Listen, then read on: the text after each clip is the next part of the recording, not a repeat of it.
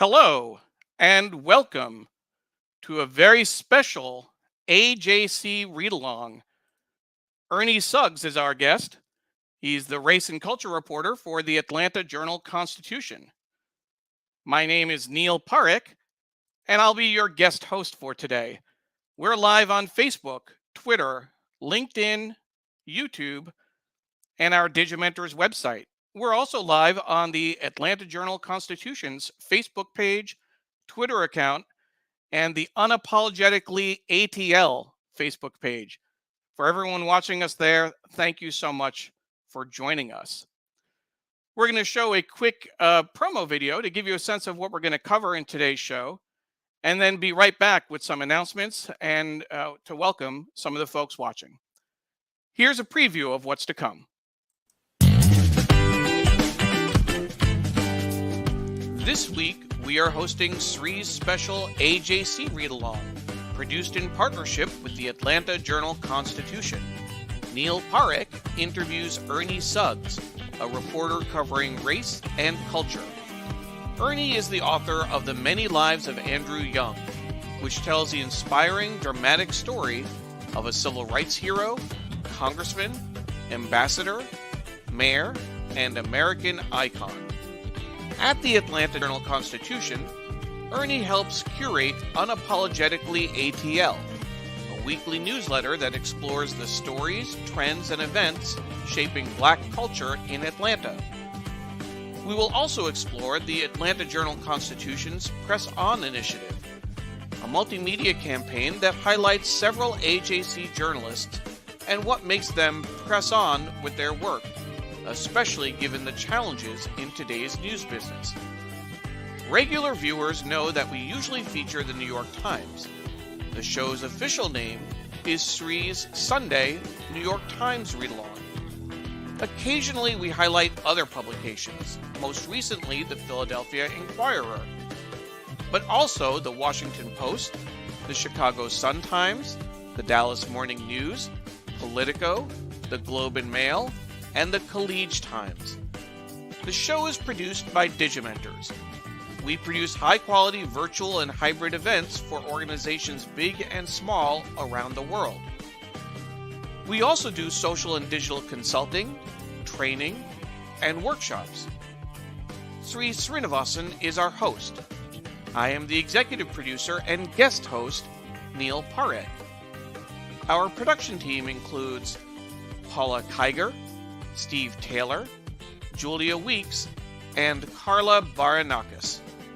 Again, Ernie Suggs is our guest for a special AJC read-along, live on Facebook, Twitter, LinkedIn, YouTube, and our Digimentors website. There you go. There's a sense of what we're going to cover. In addition to talking about the many lives of Andrew Young, Ernie Suggs' new book that just came out this week, we'll, of course, be talking about his work at the Atlanta Journal-Constitution.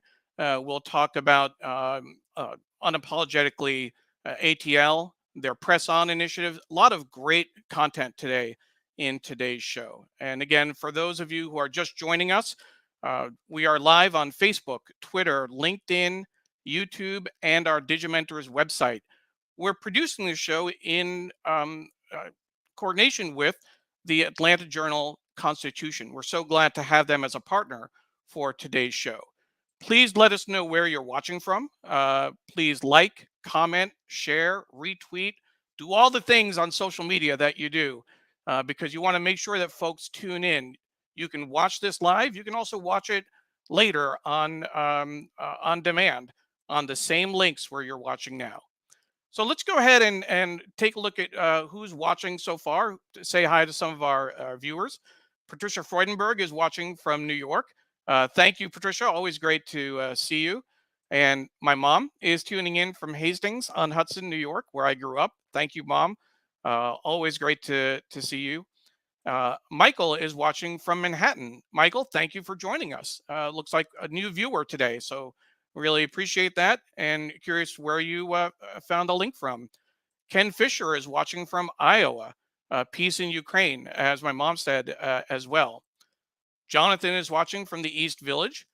Jonathan, always great to have you. Our friend Pradnya Haldapur is watching from Silver Spring, Maryland. I'm based in Springfield, Virginia, just outside Washington, D.C., the DMV, as folks call it here. Doug Levy is up early from watching from Northern California. Thank you, Doug. Deborah Bernick is also in the Virginia area, Northern Virginia, watching from Arlington. Our friend Mark Lee is saying hello from Durham, North Carolina, a city Ernie knows well. We'll ask Ernie about Durham, of course.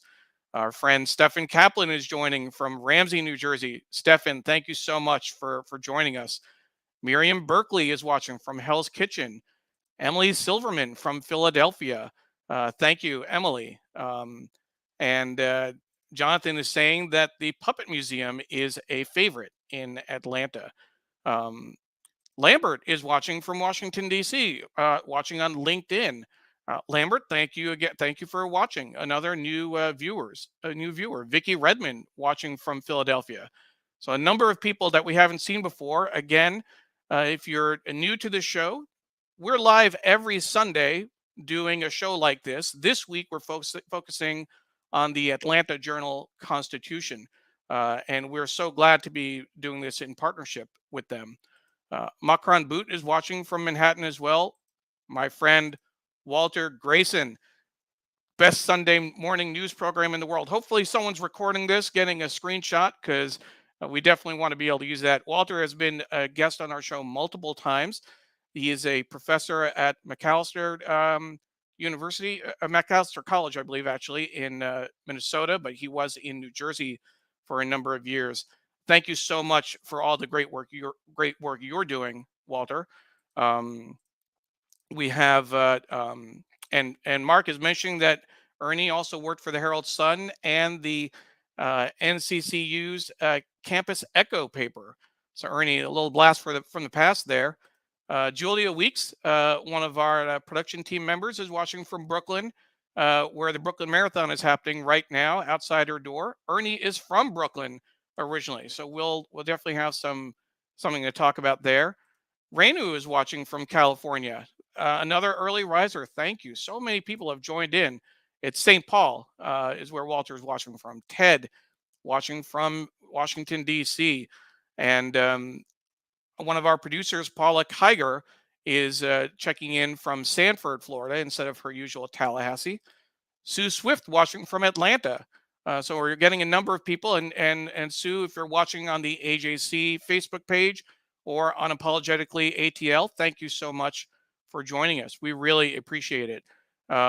We certainly want to give a shout out again to our production team, Paula Kiger, Steve Taylor, Julia Weeks, and Carla Baranakis.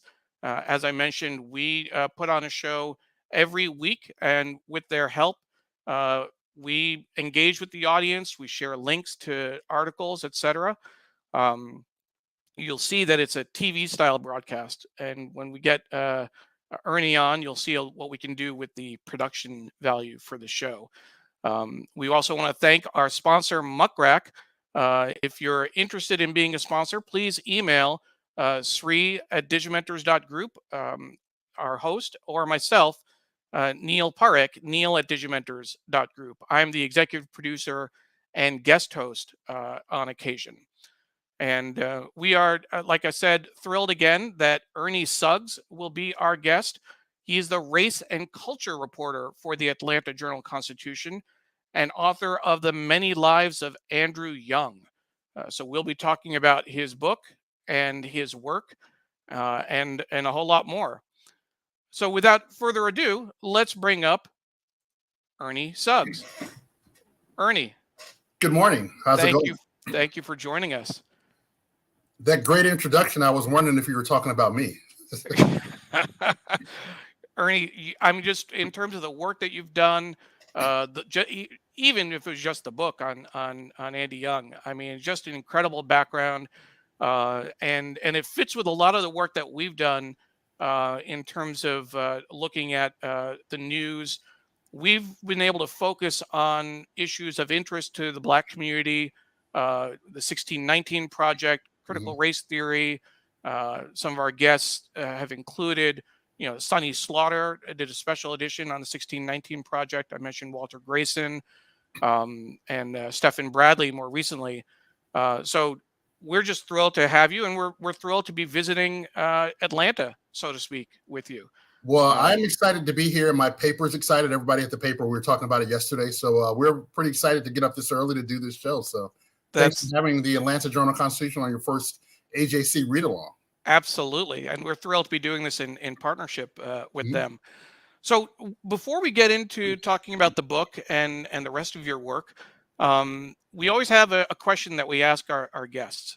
It's been 2 years now. We're entering year 3 of the pandemic. Can you tell us a little bit about what your experience has been like over this time? We want to just check in and, understand that everyone has had a different experience with this. We'd like to ask you to share yours, if you don't mind. Well, I mean, I think I, along with everyone else, have had, this has been a trying 2 years, a difficult 2 years. This is basically my office. I work from home. I've been working from home since March of 2020. And initially it was a difficult transition because I'm used to going into the office. When I started working as a journalist, we had to go into the office, whether it was snowing or raining or hailing or whatever. So I'm used to going into the office. Even when we were free to work from home, I went to the office every day.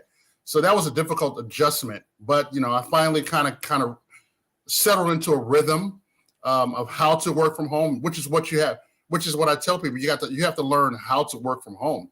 And once you get that rhythm, you kind of can move on from there. So I really enjoy working from home. But, the last couple of years have been very, have been up and down. I lost my mother in February of 2021, which, there was so much loss in 2020, 2021 for everybody. So I'm not special in that regard.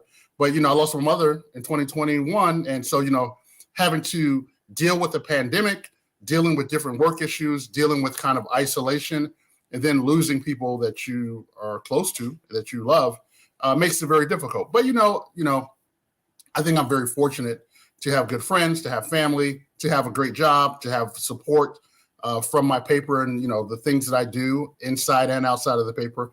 So while the last 2 years have been very difficult personally for everybody, I've been heartened by the fact that I work and live in a supportive environment, that people are supporting me and I'm supporting people. And, the book came out during this whole time. So that's a good thing.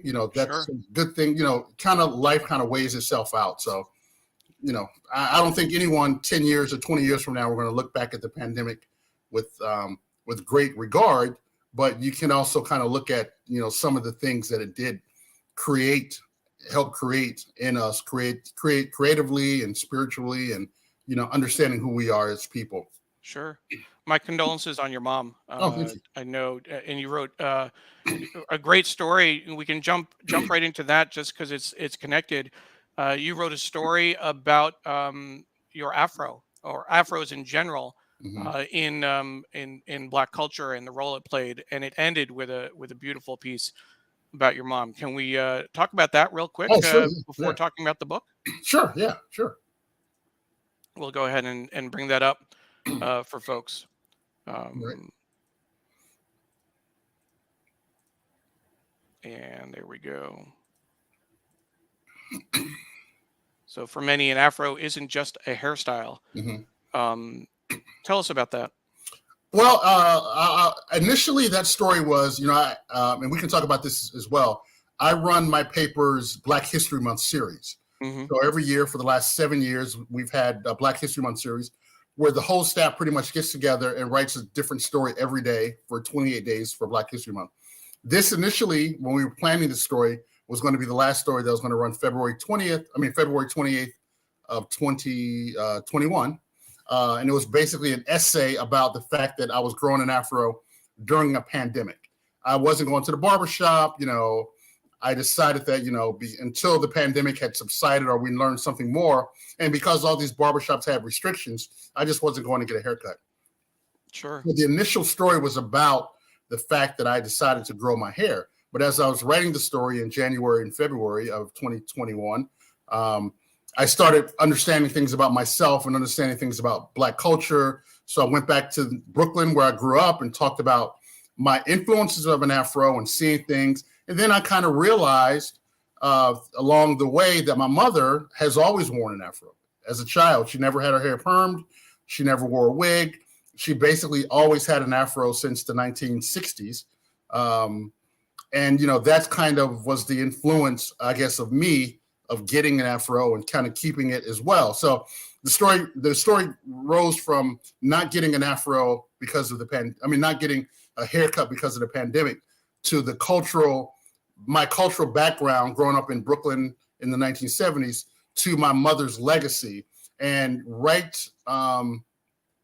as I was finishing the story, the story was going to run February 28th, and my mother passed on February the 15th of that month, as I'm writing the story. So I was able to kind of, you know, get a nice, I guess, coda to the story, talking about her basic physical influence on my decision not to cut my hair, and the way she always carried herself as a Black woman. So that kind of ended the story. So it was kind of, you know, it was kind of an ironic kind of end to the story that wasn't intended, which I think actually made it a better story, I think. Absolutely. Very, very touching. Yeah. Well, thank you very much. Thank you. And, you know, this is where some of the pictures scrolling through, you know, maybe that's why my mother, a single mother, raised her 2 sons in Brooklyn in a tiny apartment filled with books by Gordon Parks and James Baldwin, and Gladys Knight records, always wore one. Yeah. And it really, I mean, just going through a picture of Jesse Jackson, of course, and then some of the pictures of your haircut. That's not your mother, right? No, that's the woman. She lives. That's the woman who did your hair. No, this is a woman. She lives in New Orleans, and she has the biggest Afro in the world. The biggest Afro in the world. Yeah. And going back, and really is when we got to the bottom.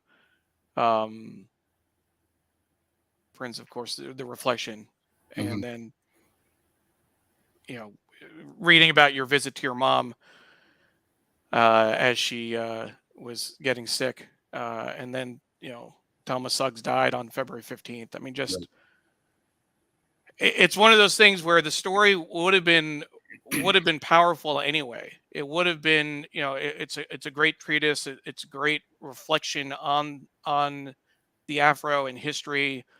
But then to tie it to your mom really was something. Yeah, well, thank you very much. And, you know, I still haven't cut my hair. You can see I cut the sides every now. You know, this is too much for people who are listening. But right now I'm raising money for an endowment at my college, North Carolina Central University, in her name. And I'm going to be raising money through Mother's Day. So I've decided to keep it at least until Mother's Day as a tribute to her. So, you know, after Mother's Day, once I've raised the money, once I've made the donation to the university for the endowed scholarship, I might cut it. But I might, you know, a lot of people seem to like it, so I might keep it for a while. Good. Yeah. I'm all for it. I'm all for it. We have a number of people that have tuned in, so I just want to give a quick shout out to a few folks. Let's see. Evelyn Hernandez is watching from Queens, New York. Evelyn, thank you. And you know, we want to say the Atlanta Journal-Constitution is glad that we're featuring you. We're so glad to be doing this in partnership with them. So thank you to the folks at the Atlanta Journal-Constitution. Vicky Redmond is saying good morning. Good morning, Vicky. Assuming that's a friend of yours, someone you know? Yes. That's great. Colette Dickinson watching from New Jersey. Cherie watching from Beverly Hills. And Walter saying a brilliant live cast this morning. And he's actually sharing it on Facebook that McAllister is visiting AJC in Atlanta. Oh, for a civil rights tour next month. Maybe I can put the two of you together. Oh, sure. Yeah, I love it. Yeah. Walter is definitely good people. And it'd be great to see you collaborate. Michael Baxter is saying good morning as well. And let's see who else. And great. So let's go ahead and jump in and talk about your book. It came out this week, just a couple of days ago. Yeah. Right. Yeah. And this is the it wasn't timed exactly, but Andrew Young turned 90 this year, right? Just Yeah, his birthday was March 12th. March My 12th. birthday is March 18th, so we both were able to celebrate our birthdays with the publication of a book. So we wanted to get the book That's not out. bad. Yeah, we wanted to get the book out in time for his birthday. Yeah, yeah. Which we did. We got preview editions out. So it's been a great couple of months. This is the book, The Many Lives of Andrew Young, with a foreword by President Carter, and an introduction by, I think it's Gaurav Kumar, Gaurav. right? Gaurav. So tell us about your, in terms of writing this book. Certainly not the first book about Andrew Young, but you have a long kind of history with Ambassador Young, admiring him and watching his work, watching his career. Mm-hmm. Why don't you tell us a little bit about that, and we'll put some pictures on the screen as well to kind of help tell some of his story. Okay. So do you want me to describe the pictures or just talk about? Yeah. Talk about your relationship with him, of course, your thoughts on him. So first of all, I moved to Atlanta in 1997 from Durham, North Carolina, where I went to college at North Carolina Central University. And I moved here to cover civil rights and kind of race. So Andrew Young, obviously being the larger than life person that he is, was one of my main sources. But this is also a time when Coretta Scott King was living here and alive. John Lewis was here, C.T. Vivian, Joe Lowry, Reverend Orange, Juanita Abernathy. All these great giants of the civil rights movement were living here in Atlanta. So I was blessed to have gotten a chance to cover them and, to get to know them and to get to advice from them, and also to be in relationships with them where I can, understand who they were. They can teach me things. I can definitely learn from them and understand how the civil rights movement and how Atlanta and the South worked. So I was very fortunate to be in that position. And Andrew Young has always been someone that I've known about. I grew up in Brooklyn, New York, my early life. My mother's not her first, but the first time I remember her voting, she voted for Jimmy Carter for president. And at that time, and I've written about this, at that time in 1976, as a 9-year-old or 8-year-old, whatever age I was still kind of attracted to Black achievement. I was starting to kind of get attuned to Black achievement, Muhammad Ali and Reggie Jackson, and Andrew Young being the first Black UN ambassador under Jimmy Carter, who I had, started to know as the president, was very fascinating to me. So even as a young child in New York City, Andrew Young was probably one of the first public figures outside of sports that I kind of knew and was attracted to.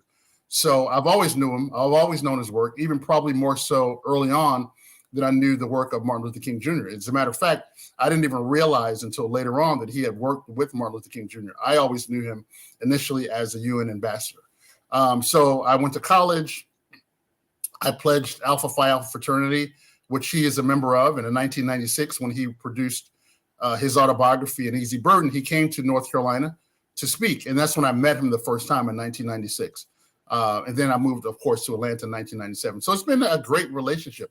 I'm actually going to see him after this in church. He's preaching in church today, and we're going to sign some books. So it's always been a great symbiotic relationship. He's always been very open and cordial and willing to talk. For those of you who know Andrew Young, he is not one to ever bite his tongue. So when you call him for a quote or you call him for advice or whatever, you're going to get the real deal. And people have talked about during our world tour of the book about just the fascinating stories that he's able to weave and how sharp he continues to be. So I've been kind of fascinated by that. And I've been also, I've known him since 1997, but I've also been very fascinated by the fact that I've gotten to know him better over this last year or so in writing the book and going out with him, touring the book. 97 is when you moved to Atlanta? 97 is when I moved to Atlanta from Durham. I worked at the Hill Sun, as your listener mentioned. I worked at the Hill Sun for 5 years. Yeah. I attended North Carolina Central University, which is a historically Black college in Durham, North Carolina. So yeah, I've been here since 97. That's great. Mm-hmm. That's great. So let's take a look at some of the pictures that we pulled from the book. Again, published by New South Books. Yes. And thank you to them for their help in organizing the pictures and sharing them with us. This is an early family photo, right? Yeah, that's his family. That's his brother Walter and his parents, Andrew Young Sr., his father. And one of the great things about Andrew's on the left or right? Which Andrew is on the right, on the right, the taller one. one. Yeah, Got the it. taller one. And his brother Walter, who's a dentist here in Atlanta, is on the left. Got it. His parents in the middle.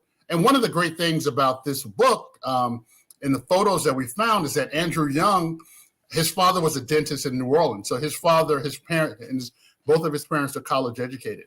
So they had means. They weren't rich by any means, but they had means. So they had a great collection of photographs of him and his family throughout his birth, from his birth up until now. So we had a rich array of photographs to choose from for the story, because his family thought it was important enough to chronicle their lives. So we have baby photos, we have photos of him and Walter, and different family photos all throughout their lives, which is very kind of rare for Black families in the 30s and 40s to have formal photographs and casual photographs, because people, we have our smartphones now, we can take photographs or whatever, but back in those days it was kind of rare, particularly for Black families, to chronicle their lives so detailed and deeply. And we were fortunate enough that the Young family was able to do that. So that kind of helped us out in the book. Absolutely. And this is just an example of one of those, early family portraits. And I don't know if you've pulled other ones, but we have ones that are earlier than this, So we have great early photos of his family and him. Sure. Yeah. Sure.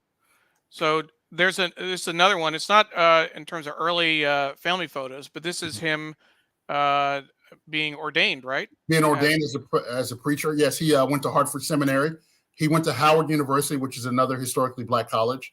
And he went to Howard initially with the intention of becoming a dentist like his father. But he did not find that he was a great student, which a lot of people are surprised at. And he wanted to do something else, and he kind of stumbled onto the ministry.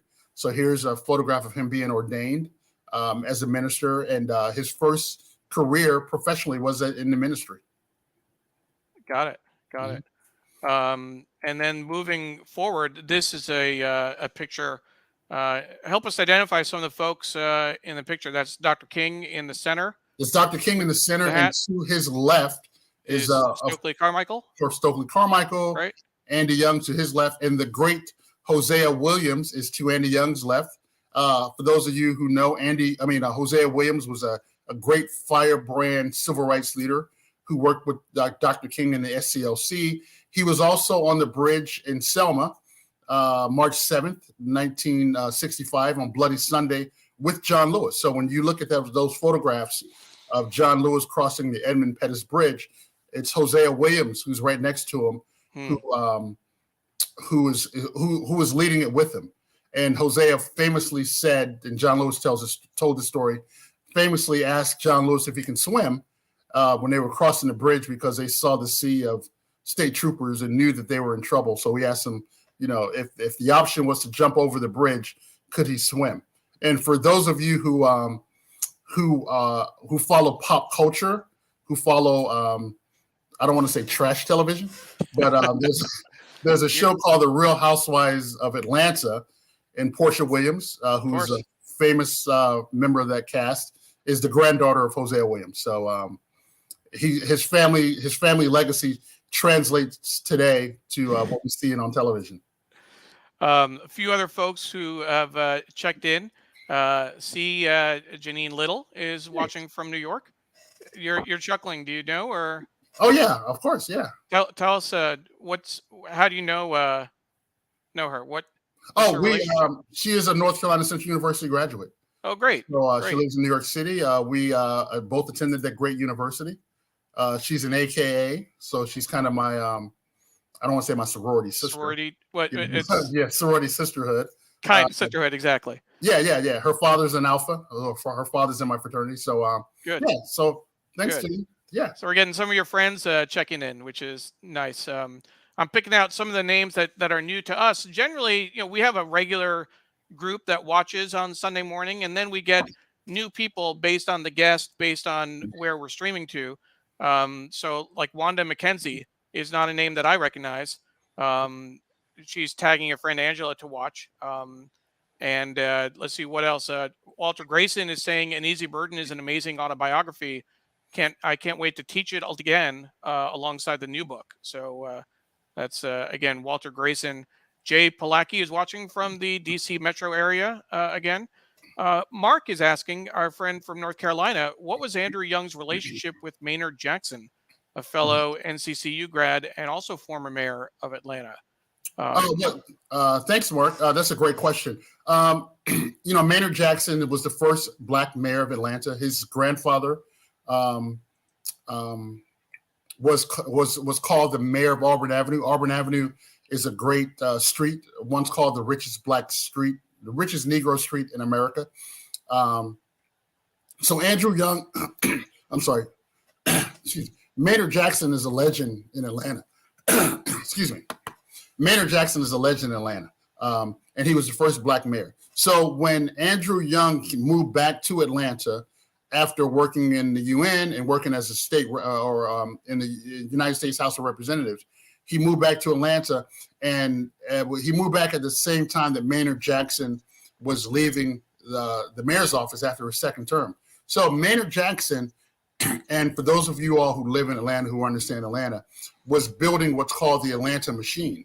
And the Atlanta Machine is was a political organization, or loosely based political organization, where Maynard Jackson and power brokers in Atlanta would coronate people in this machine to run the city.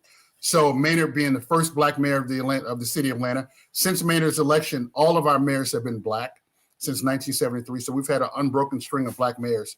So when people were looking for someone to succeed Maynard Jackson, a lot of the power in the city of Atlanta, the white business power structure, wanted someone else. They didn't want another Black mayor. But it was very important for Maynard Jackson to continue this legacy as he saw Atlanta moving in a different direction as a southern city. So Andrew Young comes along. He has no intention of running for mayor. He knows Maynard Jackson very well from his work as a civil rights leader, and the fact that Maynard was the mayor while Andrew Young was a member of the House of Representatives and the UN and an ambassador. So they did have a relationship, and Andrew Young becomes kind of this natural heir to this legacy that Maynard Jackson has created. So while Angie had no intention of ever running for mayor, Maynard was able to convince him, and other people were able to convince him that he was perhaps the best person to succeed him as mayor. So he comes along, he runs for mayor, he wins by a landslide, and he serves 2 terms. And he serves 2 very important terms because Maynard was such a larger than life figure. And Andy comes along and takes Atlanta in a different direction. Maynard had brought Atlanta's attention to the world, but Andy was able to kind of elevate it, to move it forward, to move it internationally, to expand the airport that Maynard Jackson had worked so diligently to integrate and make diverse. Andrew Young expanded it. Andrew Young had the idea of an Olympic Games coming to Atlanta. So their relationship was very symbiotic and very closely, if you look at the political history of Atlanta, those two are tied very closely. And then again, after Andrew left, Maynard succeeded him a 3rd term as mayor. So they had a really, really good, tight relationship. And these were some of the pictures showing Ambassador Jackson's career arc from civil rights hero. He was a member of Congress as well. Yes. An ambassador to the UN before being elected mayor. Yes. And this is him leading, with the Olympics in '96. Mm-hmm. And then this brings it much further. This is a picture in Atlanta, yes. but shows his international chops and kind of his diplomatic experience. Yes, this is a picture. He was very influential in making Atlanta a truly international city. Obviously, the Olympics is the kind of the touchstone to that. But, he was able to, I don't have the numbers off the top of my head, and I don't want to give wrong numbers, but he was able to get so much international investment into Atlanta. And if, you look at this photograph right here, I imagine this photograph was probably taken in the 191 building. I'm not sure exactly, but you see the Atlanta skyline, and when this photograph was taken. But if you look at the Atlanta skyline now, it's filled. It's almost like dinosaurs are walking the earth in terms of all these. I think they're called derricks or whatever that they build big oil derricks. Yeah. So buildings are being built all over downtown Atlanta. We talk about the Hyatt. Not oil. Yeah. We talk about the Hyatt Hotel, which had this blue roof to this restaurant, which at one point was the biggest structure in downtown Atlanta. Now you can't even see that building because all these other buildings have come up and dwarfed it. Wow. So Atlanta has really, really grown since Andrew Young was elected mayor in 1980, and a lot of it has to do with his vision as a visionary and as someone who wanted to see Atlanta as a city that will be recognized internationally and globally as a place to come visit and a place to most importantly invest in. And I was in the airport last week, and the Atlanta airport is the busiest airport in the world. But it's also, I traveled. I went to Kennedy Airport in New York City. I'm not sure if anyone is listening from New York City, and it's totally different. It's a total different experience. Although Atlanta is this big, busy airport, it's a totally different, efficient experience in Atlanta. It's much easier. I've been to Atlanta. To get from the airport downtown could not be an easier experience. It's great. Yeah. Right? It's amazing. Yeah. Angela is saying great context, and she's already ordered your book. So we've already made one sale. Hey, Angela is the reason I'm in Atlanta. She hired me from Durham. Oh, really? Oh, yeah. Good. Thank you for joining us, Angela. Appreciate it. We should make sure folks know that if they want to order the book, they can go to Amazon and get the book there, or go to the New South books page to order. Certainly encourage you to do that. We think the book is great. There are several more pictures. This is of Ambassador Young doing a ribbon cutting for a YMCA, and named for Andrew and Walter, and his brother, right? Andrew Young was a great athlete. His brother was a great athlete. And a YMCA. I grew up in the YMCA in Rocky Mount, North Carolina. So it's a great facility, and he's there, and Walter are there every day. Not every day, but they're there regularly. Swimming and working out. So you see Walter in the blue shirt. Walter's still practicing dentistry here in Atlanta now, well into his 70s. So the Andrew and Walter Young YMCA is a very, very good, safe, friendly place that people go to and enjoy physical recreation. And this is a picture of Andrew with the Presidential Medal of Freedom, which is one of the highest honors you can get. And then this is a picture of him and his brother. Him and Walter, yes. A little later in life than that first picture that we saw. Yeah.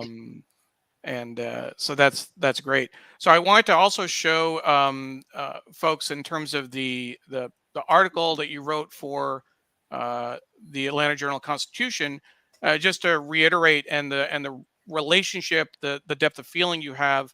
You did this interview with him, which was really great. But the headline: Andy Young, Congressman, Ambassador, Mayor, brother.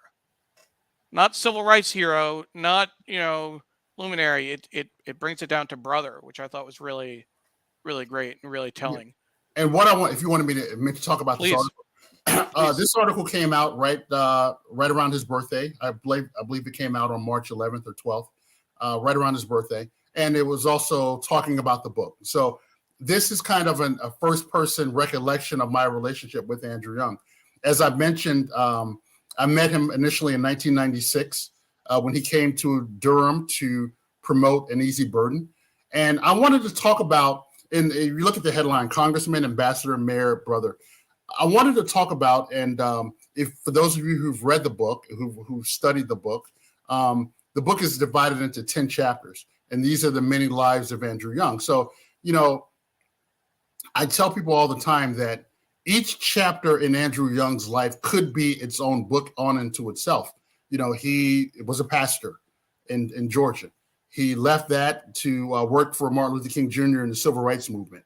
He left that to run for Congress, to become the first Black congressman from Georgia since Reconstruction. He left that to become a UN ambassador. He left that to become the mayor of Atlanta.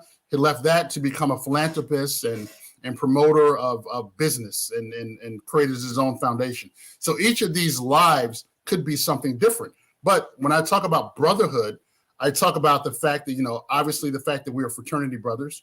He pledged at Howard University in 1950. I pledged at North Carolina Central University in 1989. So I wanted to kind of personalize the story to say he has, although the lives we talked about in the book, he has very different lives elsewhere. At the end of the story, I talk about how, a lot of people call him Uncle Andy. In Africa, they call him King Andy. And, so my relationship with him is as a brother. And, there's a special bond for those of you who are in fraternities and sororities who understand the Black Greek culture system. There's a special bond. And because Andrew Young is a luminary that we all know. And within the fraternity system, to be able to meet people like Andrew Young, or, I've never met Thurgood Marshall, or of course, I've never met Martin Luther King Jr., but to have been able to meet someone like Andrew Young at an early age when I was still right out of college was a big deal. So I've always considered him as a fraternity brother. You ask any member of my fraternity who is a famous brother or who is a brother you would like to meet, Andrew Young's name always comes up. So I wanted to kind of get that brotherhood part of it in it. And there's a great photograph of him in 1950 or 1951 at Howard University. If you look to the extreme left of that photograph, that's David Dinkins, who was his who was his dean of pledges. And David Dinkins, of course, became the first Black mayor of New York City. So there's a great legacy there in the fraternity. So that's kind of what I wanted to bring out in that story. That just kind of personalize our relationship a little bit more. No, that's great, and that's why I want to pull that out. So thank you so much for sharing that. Again, for folks who might have joined us in the middle of the show, our guest is Ernie Suggs. He is the race and culture reporter at the Atlanta Journal-Constitution. We're doing this as a special AJC read-along produced in partnership with the Atlanta Journal-Constitution. Ernie is the author of a new book on Andrew Young, The Many Lives of Andrew Young. And you just heard him describing, each of the chapters. Each of them could have been a book unto itself. So Ernie, thank you very much for that. We want to talk a little bit more about some of your work at the Atlanta Journal-Constitution and some of the other stories that you've written. We talked about the piece you wrote on afros. There's also a really you mentioned your work on Black History Month, that you've coordinated that for the AJC, and this year you did a retrospective after the after Black History Month was over about what you covered. Can you talk about that a little bit? Yeah. So as I mentioned, every year for the last 7 years, the paper has undergone this great tradition of doing doing a Black History Month series. And what we want to do with that series, and I came up with it, so I like to say that. And it's funny because the first year, I wrote every story. I wrote every story for 28 days. And then the paper saw the second year, everybody wanted to participate in it. So this is truly a paper-wide event that we do every year, that we talk about really great things in Black history. And we have several goals. Obviously to have a story every day, but obviously also to not have conventional stories. So we're not going to have a story necessarily about Rosa Parks. We're not going to have a story necessarily about Martin Luther King Jr., but we're going to have stories about we had stories about Claudette Colvin, for example. We've had stories about concepts of Black history. Like we've had stories about the Talented 10th, the Tragic Mulatto, colorism. So we want to give different aspects of Black history.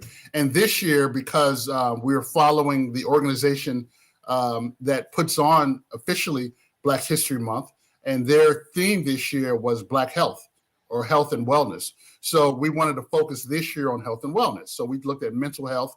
We looked at 2 years into the coronavirus. We looked at HIV and AIDS, which is still a disease that unfortunately we do not talk about much, but is still ravaging Black communities. I mentioned mental health.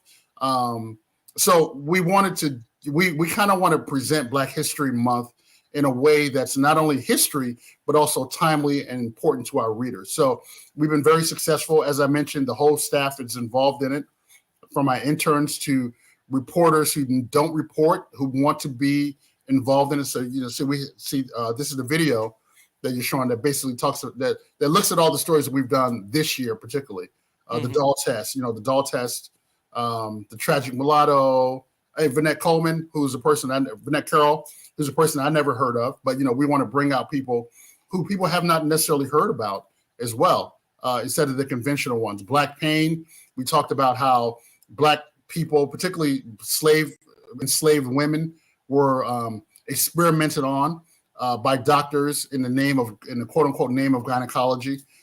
So the series has done very well. We've won many awards for it. And we're already planning for next year. We're going to look at Black resistance next year. It's kind of the theme. So it's a year-long process that we're very proud of at the paper.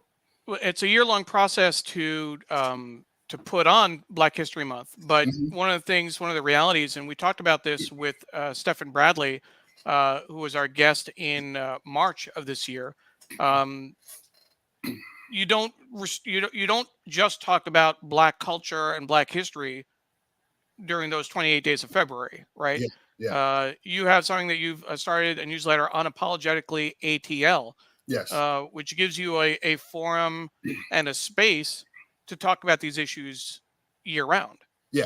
Well, I'm glad you brought up unapologetically ATL. It's a mouthful. You got to be careful when be careful when you say it and when you write it. I can't tell you how many times I had to spell check. Unapologetically. Yeah, I go through that every week when we're doing it. But a couple years ago, probably 8 years ago, because we've had Black History Month for 7 years, but 8 years ago, I created the paper's Facebook page that curated Black content called AJC Sepia, SCPIA. And initially what that was a Facebook page that we devoted to putting content that not only our Black reporters wrote about, but also content that was in the paper and online that pertained and was of interest to Black people, because we wanted to attract that Black audience. Last year, we decided to come out with a newsletter, which is Unapologetically ATL. Nedra Roan, who's a great reporter at the paper, great columnist, and Naja Parker, who's a great young, brilliant journalist that we've hired, who came out of Spelman College, a great Black college here in Atlanta. We kind of put it on every week. It comes in your mailbox every Thursday, and we specifically want to target. Well, we want to target everybody, but we want to specifically tell Black stories. And it's been a great space for the paper. The paper has really embraced it. The audience has really embraced it. And we've also, I know I'm going all over the place, but also the AJC Sepia brand that I talked about earlier has been converted to Unapologetically ATL, which is what you're watching the show on. Some of you are watching the show on. Yeah. It's the same. It's literally the same product with a different name.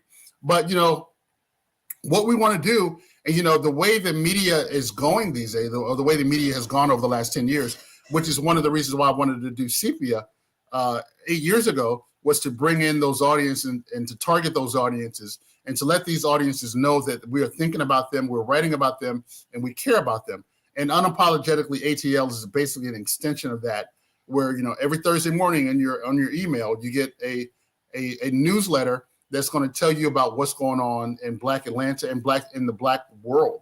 And we also have fun. We have reviews of books and movies and TV shows. We have a playlist every week. Last week's playlist was about Prince. I'm a big Prince fan. I don't know if you've seen it. Absolutely. Yeah, I'm a big Prince fan. And last Thursday was the unfortunate 6th anniversary of his death. So we ran a playlist that, there's a story that I wrote about his death. We ran a playlist that was actually the playlist of his last concert, which was in Atlanta 7 days before he died. This week's playlist is from Sheila Poole, one of our veteran reporters, and it looks at African music. So we like to kind of go all over the place and tell these different stories that pertain to Black culture and Black history. Black life. This was one of the stories I was going to bring up. This is the Thursday was the anniversary, 6th anniversary of his death. I am wearing my purple shirt. Oh, good. In honor. Good deal. And this was, I mean, you were at the last concert. Yeah, I was at Um, the last concert. Yeah. what, I mean, this is from several years ago. You re-upped it for the anniversary. You shared Mhm. it again in the newsletter and on social media. Um, Really quickly, because we want to also talk about press on and then get to paper. But Okay. I mean, this has been such a fascinating conversation. Um, just try and distill, what does Prince mean to you? What does Prince mean to the not just the music community, but the Black community? I mean, transcending all of that. Tell us Yeah. about his legacy. We could have had the whole show about Prince if you wanted to. I know. You get 2 minutes. Yeah. Okay. But Prince, Prince. If you look at Prince now, 6 years after his death, if you look on social media, you look at the way people talk about him, the way people react to him. Prince is this iconic figure that we've never seen before. And I think I saw someone post once after he died. We were lucky to live in an era that Prince was here. And for me, I often kind of wonder. I don't want to get too deep, but you kind of wonder about things. And I've seen Prince 20 times in concert probably. When he came to Atlanta for that last concert in 2016, he performed 2 shows, and Prince shows are very expensive. They were very expensive. So I had to make a decision as to whether or not I was going to go to the first show or the second show, which were there both that same night. They were both on May 14th. And I went to the second show because I figured the second show would be longer, would probably be more emotional because it was a piano and a microphone show. And I just figured it would be a longer show. It's the second show of the night. And so having seen him 20 times, roughly, all over the country, all over the world, and going to that show on April 16th, I kind of, not to get too deep, I'm like, what brought him to Atlanta that day? Why was he in Atlanta for me to see him that day and for him to pass away exactly a week later? So I was very fortunate. I was very lucky to have been there, to have seen this, to have witnessed this. And I was like literally like on the second row. So his legacy lives on. I listen to Prince every day. I got Prince stuff all over my bookshelves. So his legacy, not only for me though, but for everybody, when I post stuff about Prince or I'm on Prince pages on Facebook, people are still talking about him. People are still influenced by him. I have a thing since the pandemic where I've worn T-shirts every day and posted a photograph on Instagram. Whenever I wear a Prince T-shirt, people go crazy about it. So it's great. And I'm listening, after this, as I get ready for church to meet Andrew Young later on, I'm going to probably be listening to Prince. You mentioned you're going to be meeting Ambassador Young. I know you're coming up to DC as well in a little bit, right? Yeah, we do another book event. Since the book's published. Oh yeah, there I am. Since the book's publication, we've gone all over. Like I mentioned today, we have an event at church where he's going to be speaking at church and signing some books. We have an event in Washington D.C. We have a couple other events that are lined up, particularly in and around Atlanta. And one of the great things about it, and for those of you who've ever written a book, is that, you're nervous. This is my first book. So every time we go somewhere, I'm nervous about whether or not people are going to come, whether or not people are going to buy the book. And every place we've gone has sold out. We were at the Atlanta University Center, which is where the Atlanta's historically Black colleges are. And the event was sold out and students were buying the book. We were at the Jimmy Carter Presidential Library for our first event. It was sold out. It was one of the largest book events they've ever had. It was in the large chapel where, President Carter is usually reserved for President Carter to speak or for great world leaders to come and speak. And we had that auditorium sold out. We sold all the books. We have a local bookstore. You mentioned that the book is available through New South Books and on Amazon and at Barnes & Noble. But we've also made sure that we put it in small local independent bookstores. There's a bookstore in Atlanta called Acapella Books. For those of you who live in Atlanta, you can just run up there and get a signed copy of it. And Andrew Young and I signed copies and put them in the bookstore so you can go and buy them, signed copies of them. But I was there last week and, the book is on display. and they've told me that since it's been out, it's been one of the best sellers. So absolutely, when I talk about my nervousness of it, because you always worry as a journalist how you're going to be perceived, and obviously as an author, as a first-time author, you're worried about how you're going to be perceived. Prince, was worried about how his music was going to be perceived, and I'm just like that. If you want to compare me to Prince, but hopefully you weren't nervous coming on today's show. I mean, this is different, I hope, right? No, I wasn't nervous at all. No, Good. I wasn't nervous at all. Good. But you're obviously nervous about the book. Well, sure. Are people going to like it? Are people going to respond to it? And people like it, and they're responding to it. A quick shout out. Eve Botello is watching from Charlotte, North Carolina. Hey. And then Mary C. Curtis, a former guest on the show and a friend of ours. It's good to see you. A NABJ, National Association of Black Journalists, and Neiman colleague. Congratulations. She's also tuning in from Charlotte. Lambert is watching as well. Andrew Young was a great champion of and for Africa. This is an often forgotten story of how African Americans champion freedom of the continent of Africa. And then Brian O'Shea, earlier when we were talking about your article, Brian shared a link to the article so folks could read it on the presumably on the AJC page is my guess. Roberta is watching from Richmond, Virginia. So thank you, Roberta. And another friend of ours, Chitachi, is watching from Fort Lauderdale. I know she has Atlanta ties as well. So thank you for joining us. So many more people have joined in to watch going through. And a friend of ours, Joyce Apollo Jones, watching from Philadelphia. So thank you, Joyce. Before we move into the paper, and I think this is a good transition, I want to talk about a initiative that they have called Press On to feature different journalists. So let's go ahead before we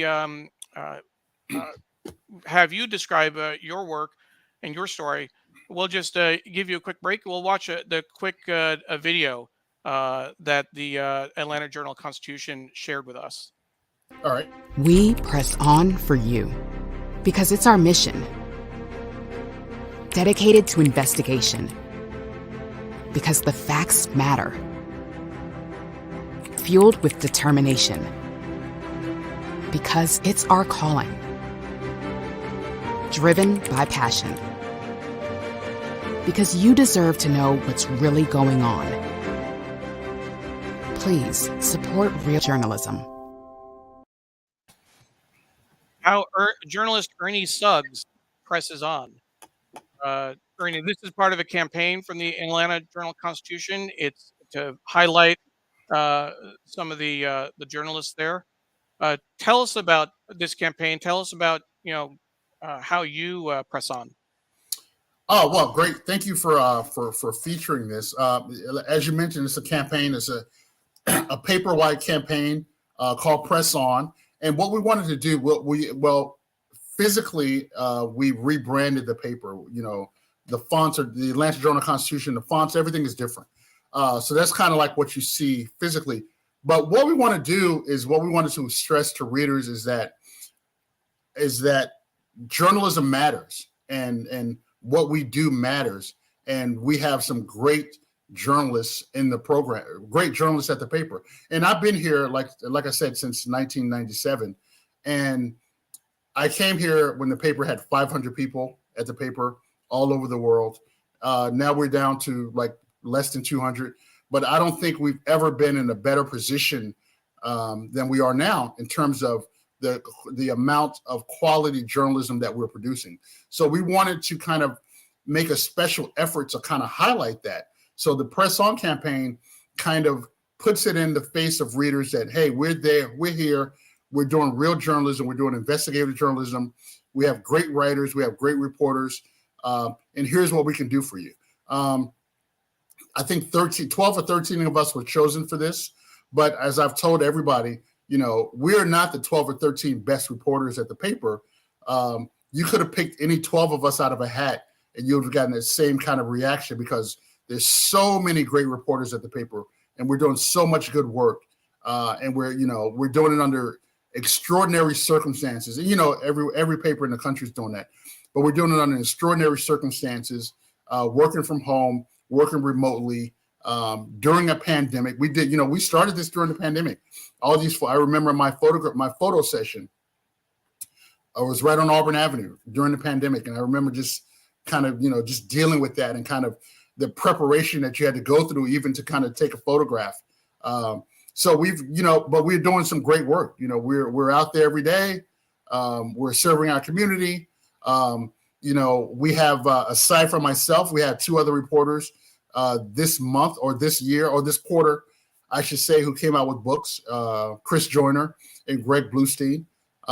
So we're doing some really good stuff. And Press On Campaign is just another example. And you can see this. We have a diverse group of journalists, Bill Rankin, who covers courts, and Michael Cunningham, who's one of our great sports columnists, Kelly, who covers Delta and the airlines. So we have really, really great reporters out here. Tia, who's in Washington. People who actually literally, which is very important, own their beats and own what we do. So, we want to make sure that our community is served by people and journalists who understand what the community needs, what the community does, and what the community is doing. So to have this campaign to kind of highlight that and to highlight our reporters, and it's funny, you talk about acceptance and if people are liking you or whatever. It's funny, I get phone calls all the time, say, hey, I saw your picture in the paper. I'm like, what are you talking about? And it's like I'm on page 2, a big giant quarter-page ad photograph of me, a picture of me, in the paper, which is kind of weird. So we're doing some good work here at the Atlanta Journal-Constitution. So I know a lot of you people, a lot of your listeners and watchers are watching from all over the world, but I would definitely encourage you to go to AJC.com to read the paper, to subscribe to the paper, to subscribe to Unapologetically ATL's newsletter, and to see the great work that we're doing. Absolutely. And Angela, very true. AJC has great reporters working hard every day. Of course, AJC stands for the Atlanta Journal-Constitution. Yes. Thank you very much, Ernie. Really appreciate you walking us through that and talking about that important work. And this is why we do the show every week. As regular viewers know, we usually focus on the New York Times. We've done other shows as well, focusing on the Philadelphia Inquirer, the Chicago Sun-Times, the Washington Post. We've done the Dallas Morning News, the Toronto Globe and Mail. We are fans of journalism. We are fans of reporters and the work that you do every day. So thank you very much for all of your work and for your colleagues as well. And again, thank you for having. I mean, Kelly, who you've been talking to and dealing with getting this done. We've been talking about this all week, so we are very excited to be the first time you've done this for the Atlanta Journal-Constitution, and hopefully you're going to have more of my colleagues on. Absolutely, and again, this is being produced in partnership with the Atlanta Journal-Constitution, and we're thrilled with that partnership. We hope we might be able to do more work with you in the future. What I'd like to do now is shift to the paper. We usually, I will admit that we usually try and get to the paper a little earlier in the conversation, but it was so good, Ernie. There was so much to talk about. And you know what? We didn't even talk about the Yankees. How did we not talk about the Yankees? I'm from New York. Everyone knows I'm a huge Yankee fan. Ernie is a Yankees fan, even though he's from Brooklyn. I don't know what you went through with that when you were younger. Well, you're acting like I'm old and was a Brooklyn Dodger fan. So, but you were surrounded by Brooklyn Dodgers fans, like the old. No, old, right? No. I mean, I got this gray hair, but I'm not old. No. I meant you were surrounded by older Brooklyn Dodgers fans. Yeah, older Brooklyn. Right? Yeah. They must have given you a hard time. So I was in New York last week, and I got a Brooklyn Dodgers hat. So I still like the Brooklyn Dodgers. But just very quickly, I know we're going all over the place. But growing up in New York City in the 1970s, 1977, 1978, the Yankees, of course, won the World Series. My first Major League Baseball game, my Uncle Nicky took me to see the Yankees play on September 30th, 1978 was my first Yankee game. And significant about that game is that Reggie Jackson hit a home run. Ed Figueroa became the first Puerto Rican 20-game winner ever. We won 7-0. The Indians wore those blood red uniforms. But the second game, the last game of the season, the next day, Catfish Hunter pitched and lost. So that forced game 163 against the Red Sox. Of course. We skipped school to watch that game because it was an afternoon game. We won. Bucky Dent. Yeah, Bucky Dent. We won 5-3. So that's absolutely story. Yeah. So that's I'll say that's when I first got into baseball and the Yankees. 78, into 81, but those are my heroes: Thurman Munson, Willie Randolph, Ron Guidry, Mickey Rivers. That's who I grew up with. Yeah. I mean, if we were talking afros before, should have put up that picture of Oscar Gamble. I mean, that was probably the biggest afro I think we've seen on a baseball diamond. But no, it's always a thrill, and as folks know, they're my team. I like to say I grew up 20 minutes from Yankee Stadium because that's the center of my world. But we'll let's turn to the paper. And again, so this is the Atlanta Journal-Constitution. What we do every week is we take a look at the print edition of the paper. Of course, we're looking at the e-copy, the PDF of the print edition. But we just walk through it a little bit, just commenting on the choices, the layout, the graphic design, the article choices, anything that comes to mind or that you want to comment on. If there are any reporters that I do want to share. Mary C. Curtis mentioned that she works with Tia Mitchell in the National Association of Black Journalists Task Force, and that she's an amazing journalist. So I want to give that shout out. And Janet is saying hello to her Western Kentucky University classmate, your colleague Alan Judd, one of my Hilltoppers. Grace your pages. So we have some great interaction going there. You mentioned. No, go ahead. No, go. And so I know Kelly's watching on the AJC page. They're passing the hello on to Alan. And he's also a wonderful journalist. You were going to say, I'm sorry. Yeah, I mean, you all mentioned two great journalists, Alan Judd and Tia Mitchell. Yes. Alan, who's on our investigative team, and Tia, who's in our Washington bureau. You can see her on CNN pretty much every week talking about major political issues. But, if you look at our paper, what we've done and what we've kind of focused on is, investigative work. Our front page, we kind of make sure that, those stories are stories that are going to tell readers how Atlanta and how Georgia works. One of the big things that we're working on now is politics. And Atlanta and Georgia has somehow become the center of American politics. You have very contentious. Sure. With the elections last year, certainly. Yeah, with the elections last year and the elections this year, you have very contentious Senate races going on. You have a very contentious gubernatorial race going on. We have this court case going on whether or not a member of our House of Representatives is going to be able to continue to stay on the ballot. Marjorie Taylor, sure. Yeah. So, these are the kind of things that we want to bring to readers, and these are the kind of things that we want readers to come to us, not only in Atlanta, but all over the world to see how the world works through the lens of Atlanta. And, Sure. You see right here on the front page, possible moves for Trump and Fulton inquiry. I mean, President Trump and Fulton County are linked because of his involvement in the 2020 election. Absolutely. How that can kind of change the course of history happening right here in Fulton County. The pressure he was putting on the Secretary of State and the governor. Exactly. The article on the left, and understanding that this may be a little small for folks to see the page, particularly on if you're watching on a mobile device. So I'll talk through it a little bit. This article on the left is a local in-depth development story. Misinformation colors cityhood bid. The potential city of Lost Mountain, West Cobb, would include the residential area near Lost Mountain Park, as shown in the foreground. So, talk about local journalism and, helping people understand local politics. But then you also have a good national story by Michael Cannell, if I'm pronouncing that right. Yeah, Michael Cannell, yes. After narrowing, economic inequality widening again. Massive financial rescues helped many, but didn't fix it for all. That's in the bottom right corner of the page. Yeah. So this is a perfect example of what we try to do. We have the cityhood story. Atlanta and Georgia is a region that we've had to deal with these issues of counties splitting up and cities wanting to become their own. I got a letter on my next door. I live in Cobb County, so I got a letter on my next door app the other day about possibility of my neighborhood becoming a different city, becoming part of a different city.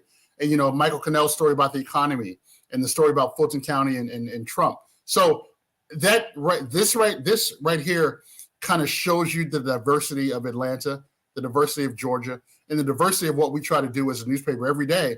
Of course, you do this every week.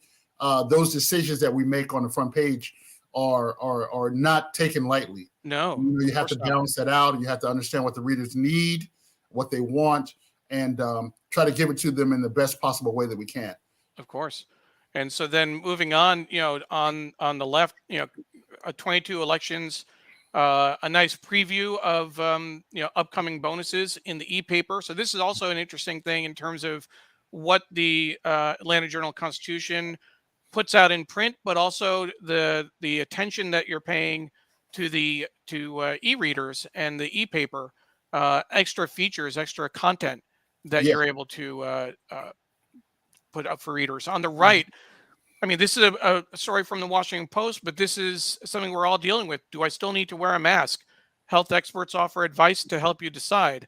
I'll share just, this week we had 2 people come to the house to do work, delivering a fridge, someone working on exterminating some bugs. I was at the door, I put my mask on, and I said, would you please put your mask on? And I got quizzical looks from both people.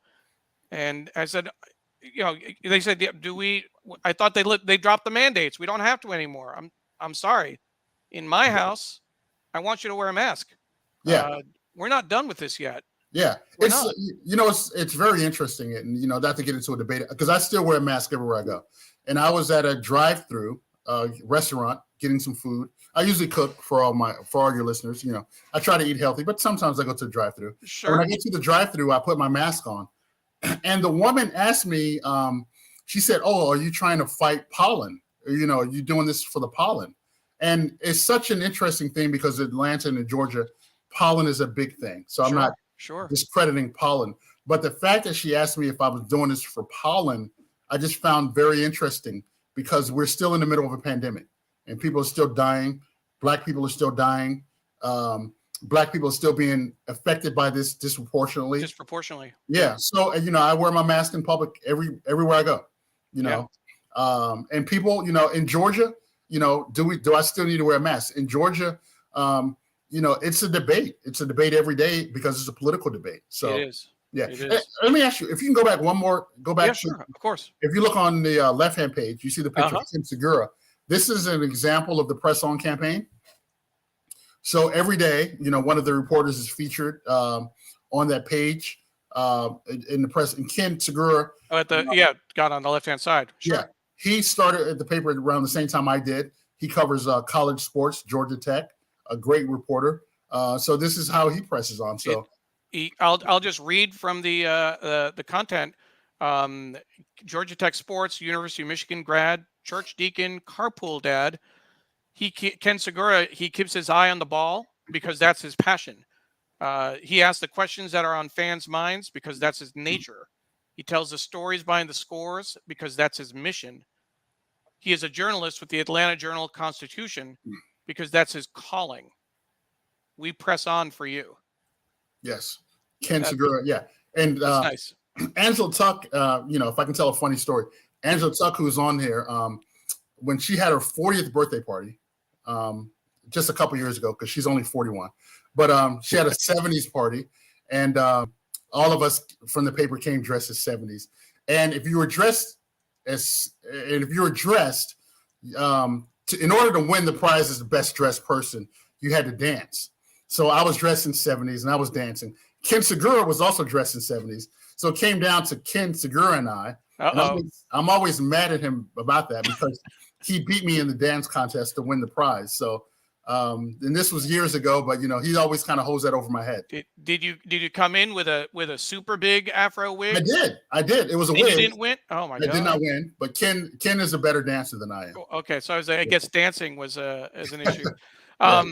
Here's an article about Orrin Hatch, who passed away, longest serving Republican in Senate history. Yep. And there's a picture of him getting the Presidential Medal of Freedom from the former president. That ties in with Andrew Young getting the Presidential Medal of Freedom. Yeah. And let's see what else. This story about Ukraine on the right, Russian storming plants. So some good international coverage from the AP. And Village faces Easter without its church in the bottom. So an ad. We have, let's see, what do we have here on the right? Can cancer, so here's today's explainer, DNA sequencing and data science. Yeah. Can cancer blood tests live up to expectations? Researchers plan large experiment for disease detection. That's another AP story, but some good treatment, a good full page treatment for that. Yeah. Which is good. And if you get the paper online, you mentioned the e-paper earlier. They do some incredible work on the e-paper, which is an incredible product that we do. I remember during Black History Month, they would have these special pullouts where we had archives from the past 6 years of Black History Month repurposed throughout the week. So they do, I would suggest for your listeners, watchers, to kind of follow our e-paper as well, because they do really good stuff. Sure. Yeah. And this is we also like paying attention to the ads. So I'm glad that, we get a PDF copy. This is John Hancock's signed letter to Georgia proclaiming independence. And that's a piece of American history, a piece of Georgian history, which is always interesting. Then further down on the right-hand side, another story. This is by Lotaro Greenspan. Yeah. Electronic monitoring of immigrants surges in Georgia. So apps and ankle monitors often replace detention as they await hearings. And this is a local story by. And you mentioned Lotaro, colleague. He's one of our great young reporters who is part of our Report for America program, and we brought him in specifically to cover immigrant communities. He speaks French, he speaks Spanish, he speaks English, of course, and he's done really, really great work. And that's another example of just what we want to do at the paper, to kind of touch as many communities as we can. I'm also the chair of our Diversity and Inclusion Committee. And this Thursday, we're going to, every month or so, every quarter, we bring in diverse groups of people to come to the paper to talk to us. So we had a spa shooting about a year ago. Yeah, the spa shooting. So we brought the Asian American community to come in to not only talk about what they do, but also to talk to us about and be critical of what we do, so that we can be better. So we've had we had them come in. We've had the LGBTQ community come in. This Thursday, we're having different religious groups to come in to kind of talk about what they do, and as I mentioned, to make us better, how we can become better. And I think Lotaro is an example of understanding that we need it more, that we can always use more diversity, and we can always use people who look like and who talk like the people in the communities to go in there and represent those communities. It's important that I, as a Black man, covers the Atlanta's Black community. It's important that Lotaro, who speaks Spanish and speaks French, can go into the Haitian community and speak French and come out with stories after we've neglected those communities for so many years. So it's very important. A friend of ours, Diana Rohini, is sharing. Thanking us for continuing to wear our masks and for explaining, for sharing the actual reason why we're wearing. People forget that COVID-19 is still spreading. This is important. Diana is a public health in the public health field from California. So thank you, Diana. Thank you, Diana. This article, this is a continuation of that article by Michael Camel. The inflation could undermine any gains. The poll quote, I'm just going to read it for you. In Georgia, Black workers account for about 31% of the workforce, but even as the economic rebound was in full swing last fall, Black Georgians still accounted for 65% of the unemployed. So this is talking about how the gains from last year, the government support, it's leading to more inequality. We're seeing that the gap widen again. Mhm. And the next page I think is And one really of the interesting. things, Go one ahead. Sorry. one of just so quickly, I'm sorry I Please. keep jumping Please. in. One of the things, Atlantis is a black mecca. You mentioned that Yes. in the intro. This is black mecca. We have all these black mayors, black colleges. Even our basketball team is like this kind of black team. But what a lot of people don't understand, and what we try to make sure we let readers understand, is that while Atlantis is black mecca, and you see all this wealth and prosperity and rap and hip hop and all these movies that are being made, Tyler Perry, we also still have the largest wealth gap amongst Black Americans in the country. So whereas we have all this great glittering stuff, we have parts of town that are struggling. We have people who are struggling to get to work, who are struggling to find transportation and to feed their families. So Atlantis is this great dichotomous place where you have these high highs and these very low lows. And we try to, Michael Cannell's story kind of tells that story of how we want to illustrate that and continue to tell that story of what the true Atlanta is.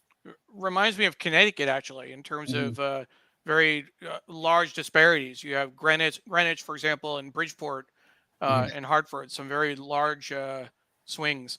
Yeah. The right side of that page is a focus on coronavirus by the numbers, the virus in Georgia, which is really really interesting. Good public service in terms of showing those numbers. And then the opinion page, pandemic saw global decline in human rights. This is a piece by Stephen Bagwell, who is an assistant professor of political science at the University of Missouri, St. Louis. And then at the bottom, two views from the left. Omar's tweet peels back cultural double standard by Leonard Pitts Jr., a syndicated columnist. And Pat Buchanan, Biden's border inaction will remake nation as we know it. And here's an interesting piece I just want to read. Again, it'd be too hard for folks to see on the screen about the AJC's opinion columns. The Atlanta Journal-Constitution brings you some of the best opinion columns, both left and right, offering viewpoints on policies, politics, and news events. We believe it's important to offer views from both liberal and conservative perspectives. But instead of publishing our regular lineup of national columnists Tuesday through Friday, we decided to devote that space to pieces that move important conversations forward. The national columnist will remain in Sunday's paper. So that's an interesting clarification for readers. This is more of the opinion page. Paul Krugman on the left, George Will. If you can go back, I just want to highlight. I want to highlight the work of Mike Lukovich, who had great Pulitzer Prize winning cartoonist, who does amazing work. You're speaking about Prince. On the day that Prince died, he did this wonderful cartoon of two doves crying. And we were still in the office, of course, at the time. And I asked him for a copy of that cartoon. He actually gave me the original copy of it, which I have framed along with the last ticket. So Mike is a great cartoonist for those of you who follow political cartoons. And he's also a great dancer. So Atlanta Journal-Constitution has great dancers for some reason. Angela Tuck, who used to be our recruiter, I think that was part of her application process to see who can dance. And what's interesting, Mike is, he's a nationally known cartoonist. I knew him, growing up. I mean, years ago, and to know that he's at the Atlanta Journal-Constitution is really incredible. So that's his picture. The cartoon at the top right, elephant in the room. It looks like it's the Capitol. You have the QAnon shaman in the middle waving a flag, people walking around, and Trump, people with Trump hats on the right as well. So that's they did this also, but from the right they have another cartoon, Tim Campbell. So the bottom left is kind of hard to read, but I'll just read the caption. It shows looks like a politician. We've rejected 54 math books, must be DeSantis, that contained entire sections on critical race theory. they were clearly labeled division. Yeah. And this is the pile of books on the right hand side. So let's see what else we can share with folks. At Sunday Spotlight, a Metro story. Right whales' future seen as uncertain. Scientists warn the whales, which give birth off the Georgia coast, could be functionally extinct within decades. That's by Drew Kahn, or Kahn. And so that's a nice display story there. And then more opinion at the bottom. Georgia veteran aiming to keep green off the ballot. New open carry law misses mark on gun violence issue. And then by the numbers, so down the middle on the bottom of the page, Georgia job growth during March, showing some figures there. Yeah, and that page is an example of just kind of the diversity of our staff. You know, Drew is a new reporter who covers the environment for us. He did a really, really great job along with Sheila Poole in our Black History Month series, talking about environmental racism. Patricia Murphy, who's one of our great columnists covering politics statewide, and Nedra, who's a columnist who's also my partner in Unapologetically ATL. So that right there is an example of just kind of local Metro reporting from three great reporters. And Brian shared the link to that cartoon that you mentioned. So thank you, Brian, for helping out. Really appreciate it. And Patricia is giving a thank you to our production team and Ernie for the great conversation. We're approaching the top of the hour. We usually try and finish around 10 o'clock. We may go a few minutes later than usual, with your permission, because I want to show a little bit more of the paper, the county by county breakdown, which I thought is really, really neat in terms of, on the left, Atlantans have a chance to learn medieval skills. Stream students construct race car. It's the bottom left there. What's not working around Metro Atlanta? That's the bottom right. What's broken? On the right-hand side, Hope Works helps seniors age within their homes. Johns Creek High lacrosse players snag shoes for charity. And then company creates programs that teach us to do better. Roots Down aims to turn public land into change agent. That's the bottom right of your screen. And then a nice house ad. Thank you for supporting local journalism. And then we have more as well. Capital recap. The importance of covering the state legislature can't be overstated. So many newspapers have pulled back from local political coverage. So it's good to see a roundup of political and government news in the paper, on voting, etc. Yeah, you mentioned a lot of papers have cut back. We've kind of ramped up. Great. And you look at that county for county page. That's important because we have so many different counties that are all of them are different, and all of them expect to be represented in the paper. So we have a great team of county reporters. We have a great team of political reporters. We have a great team of local political reporters who cover the city of Atlanta very well. So we don't, we want to make sure, although we've cut back on the size of our paper, the actual size of the staff, we want to make sure that we don't cut back on the coverage, which, sometimes mean doing more work or working harder, but we want to make sure that everybody's represented. This piece on the right from our reporting partners at the Savannah Morning News, from the coast, Tybee Island, rental moratorium moves closer to reality. And aluminum to-go cups will feature design from local artists. So it shows good local partnership there. Exactly. And then this is more Metro coverage. And on the right, Sunday Spotlight, this week's topic, right whales, which was mentioned earlier. Bumper crop of baby whales didn't show. So that's, again, focus, more local coverage. And then we'll see where we go from there. And then obituaries as well. So, Ernie, thank you so much. What we want to do is to take a moment.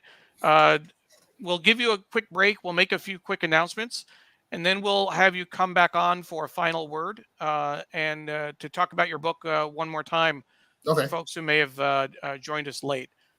So again, for folks who may have joined late, my name is Neil Parekh. I am the executive producer and guest host of this Shree's special AJC read-along. We usually focus on the New York Times, but today we're focusing on the Atlanta Journal-Constitution. And this special AJC read along is being produced in partnership with the Atlanta Journal-Constitution. We're live on Facebook, Twitter, LinkedIn, YouTube, our Digimentors website, and the Atlanta Journal-Constitution's Facebook and Twitter accounts, and an Unapologetically ATL's Facebook page as well. Our guest has been Ernie Suggs, who is the race and culture reporter at the Atlanta Journal-Constitution and the author of The Many Lives of Andrew Young. If you joined us in the middle of the show, don't worry, you can watch the whole thing as soon as we're done.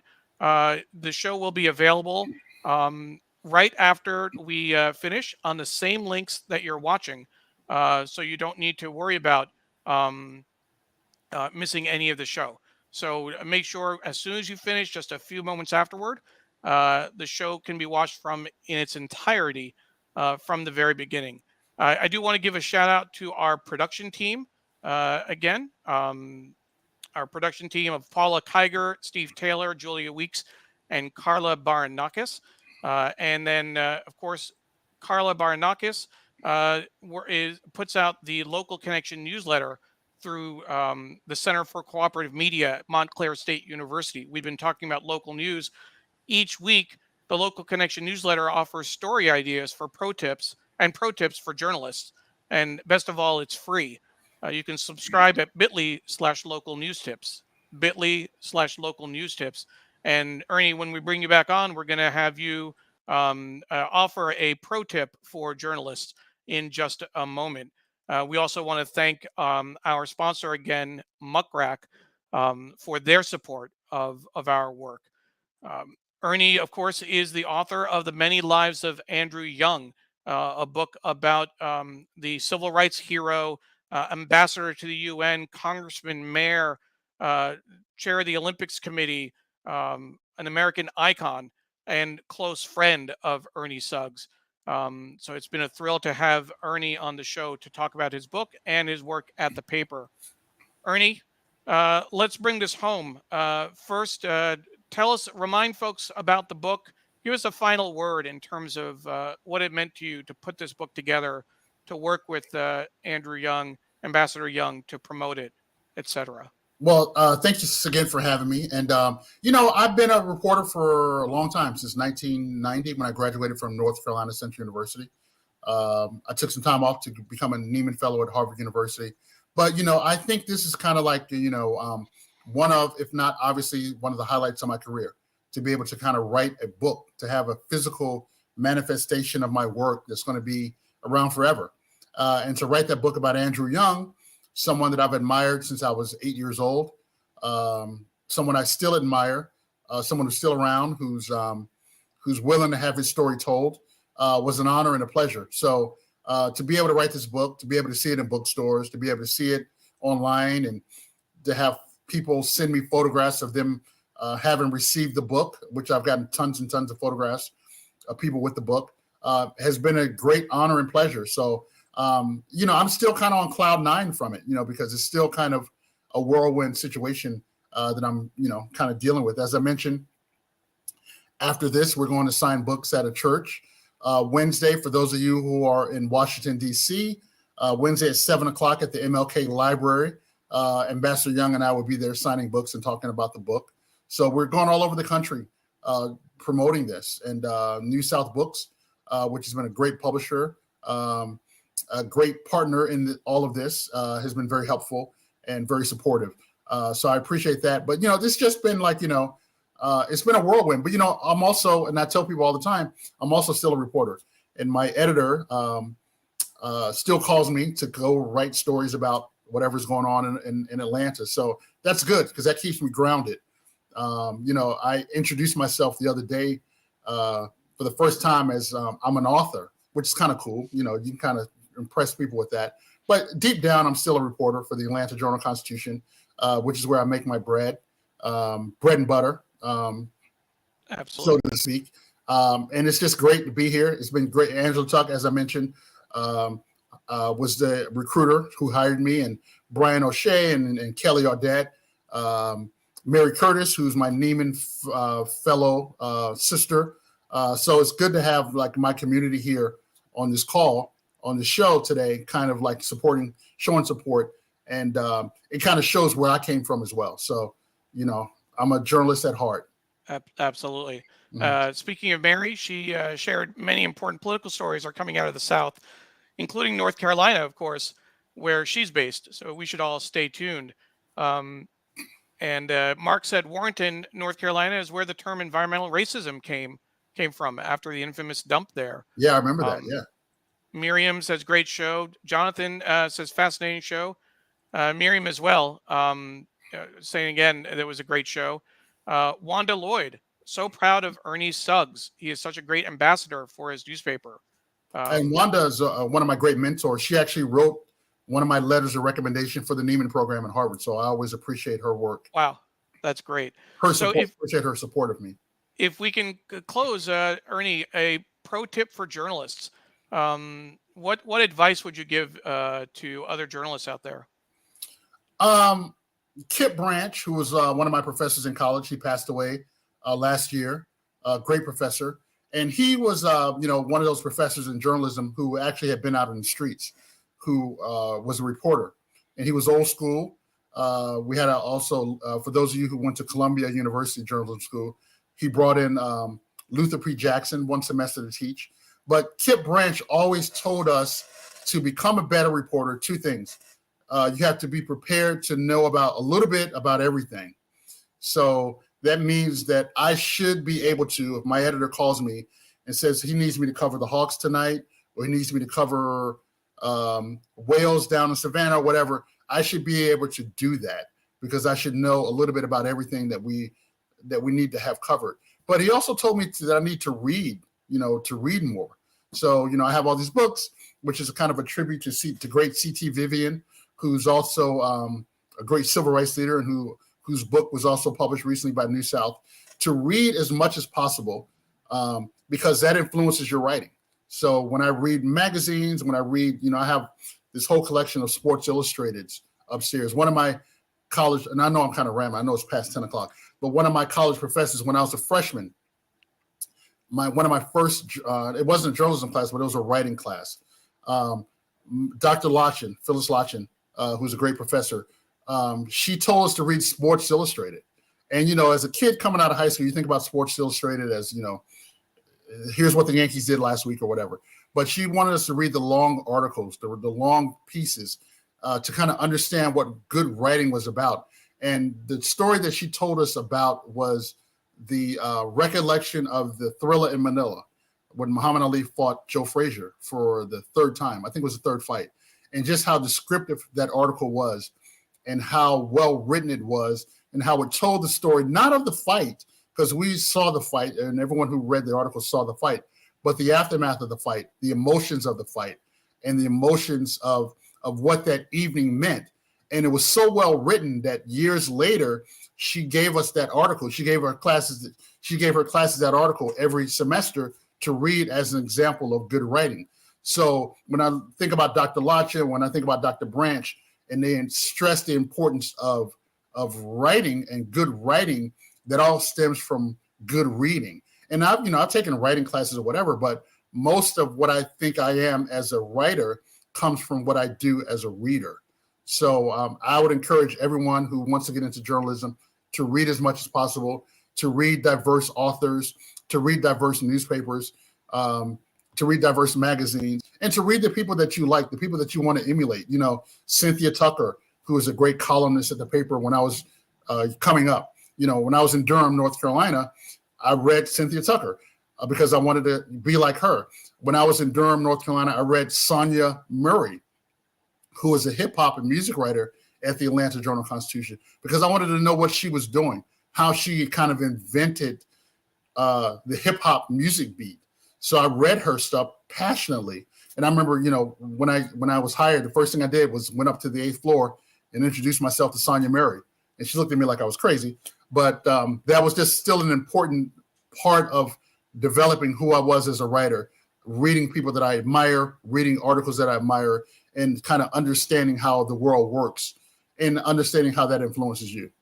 And our friend Chitachi says, indeed, you can't be a good writer without reading good writing. Yeah. And Miriam says, some advice novelists give to aspiring writers: read more. Yeah. And so again, Diana, thank you. Excellent show. Joyce Apollo Jones, watching from Philadelphia. Great show. Have a great week. Janet Pinkston, the spirit makes the master.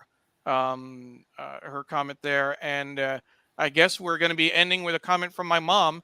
Again, she watches it every week, Ernie. I got to tell you, it's always great to have your mom in your corner. It is. And I know that you lost your mom recently. So again, my condolences on that. Thank you. My mom's saying highly impressed with the work of Ernie Suggs. Again, Ernie Suggs is the race and culture reporter at the Atlanta Journal-Constitution and author of The Many Lives of Andrew Young. Mark Lee says, great interview. You are so knowledgeable. We are going to close the show, and Ernie, we'll catch you in the studio right when we're done after we end the broadcast. But again, thank you for your time and for all that you shared with us today, and for your great work. Really appreciate it. Well, thanks again for having me. It's been great. Absolutely. It's a good excuse to get up early in the morning. Again, our guest was Ernie Suggs, race and culture reporter for the Atlanta Journal-Constitution and author of The Many Lives of Andrew Young. My name is Neil Parekh. I'm the executive producer and guest host of this show. It's been our thrill to do a special AJC read-along in partnership with the Atlanta Journal-Constitution. This show will be available right on the same links after we end the show. On Facebook, on Twitter, on LinkedIn, on YouTube, and our Digimentors website. Thank you very much. Have a great week. Bye-bye.